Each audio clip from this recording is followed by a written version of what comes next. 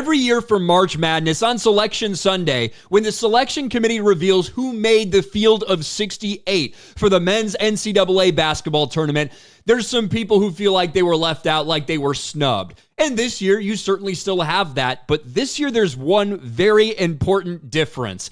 And that's the inclusion of one team whose athletic director happens to be in charge of the selection committee that everybody else thought should have been out of the tournament, and that is North Carolina. And specifically, there's one team that virtually everyone feels should have been in there instead of North Carolina, and their fans and a lot of other people in NCAA basketball are not happy about it.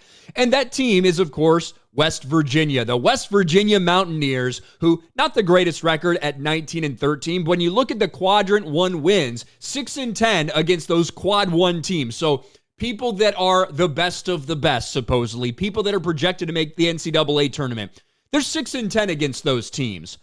North Carolina, they're 1-12 this year. They only beat one team that made it to March Madness, and that's UCLA months ago. And in fact, it was such a surprise that West Virginia didn't make it.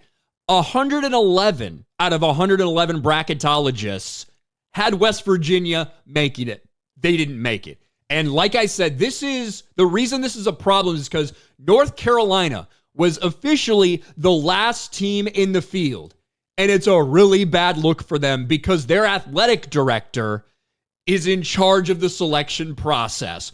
UNC over West Virginia in NCAA tournament may be by the book, but it's a miserable look. It absolutely is a miserable look. Now, they're saying they did all the right things. When they discussed North Carolina, he stepped out of the room, didn't take part in that conversation.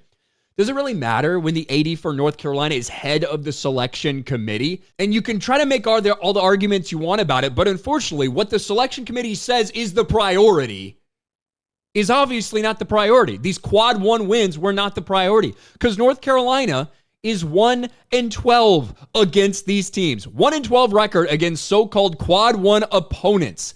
And that was a victory against UCLA back in December. Whereas West Virginia is 6-10 against those very same Quad 1 teams. And it's to the point where the governor of West Virginia is directly calling for an investigation. West Virginia governor calls for investigation over NCAA tournament snub, robbery at the highest levels. West Virginia political leadership says it wants answers and transparency after WVU missed the tournament. And you can see they held a little press conference here with National Corrupt Athletic Association, standing for NCAA. Nearly every single sports fan, pundit, and bracketologist had WVA as a shoo-in for the tournament. This is a miscarriage of justice and robbery at the highest levels. Now, look, I don't know what investigations are going to do to stop this. Sometimes they rotate these selection heads and the people that are on the committee, things like this.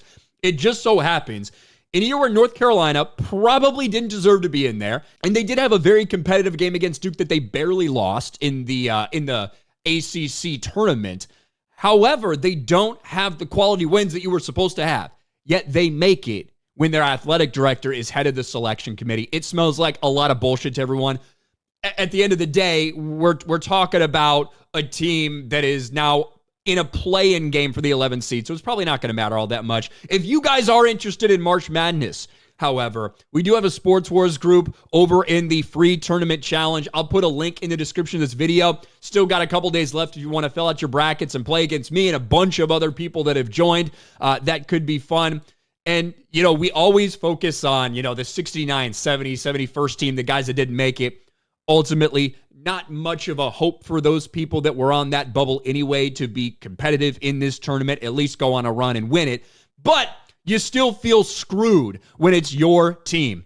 You know who I don't feel like got screwed over? Indiana Hoosiers, second on this, the snub list. IU, they were a mess all fucking year long. Glad they didn't make it. Especially as a Boilermaker fan, I'm glad they didn't make it. But what do you guys think? Did West Virginia deserve to be in this tournament? And did North Carolina get in a bullshit way?